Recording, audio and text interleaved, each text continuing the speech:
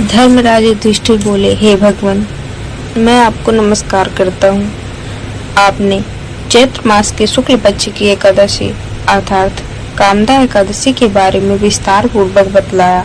अब आप कृपा करके वैशाख कृष्ण पक्ष की एकादशी का नाम क्या है तथा उसकी विधि और महात्म्य क्या है, बताएं। भगवान श्री कृष्ण ने कहा, हे राजेश्वर, वैशाख मास के कृष्ण पक्ष की एकादशी को वरुथनी एकादशी के नाम से जाना जाता है। यह सौभाग्य देने वाली, सब पापों को नष्ट करने वाली तथा अंत में मोक्ष देने वाली है। इसकी महात्म्य कथा आपसे कहता हूँ कि वरुथनी एकादशी व्रत कथा प्राचीन काल में नर्मदा नदी के तट पर मंधाता नामक राजा राज्य करते थे।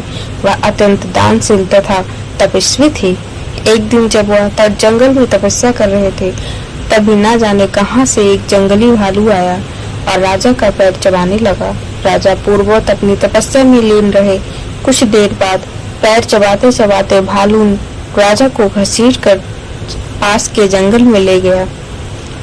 राजा बहुत घबराया, मगर तापस धर्म अनुकूल उसे क्रोध और हिंसा न करके भगवान श्री हरि विष्णु की से प्रार्थना की।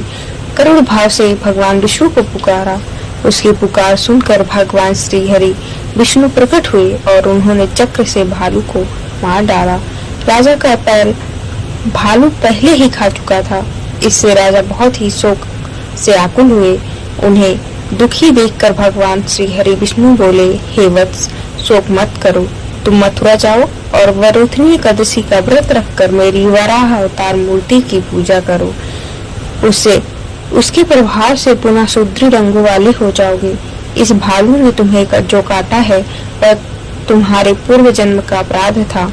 भगवान की आज्ञा मानकर राजा मानधाता ने मथुरा जाकर श्रद्धा पूर्वक वरुथनी एकादशी का व्रत किया। उसके प्रभाव से राजा शीघ्र ही पुनः सुंदर और संपूर्ण अंगों वाला हो गया। इस एकादशी के प्रभाव से राजा मानधाता स्वर्ग को गए। जो भी व्यक्ति भय से पीड़ित है, उसे वरुथनी एकादशी का व्रत रखकर भगवान श्री हरि का स्मरण करना चाहिए। इस व्रत को करने से समस्त पापों का नाश होकर मोक्ष मिलता है।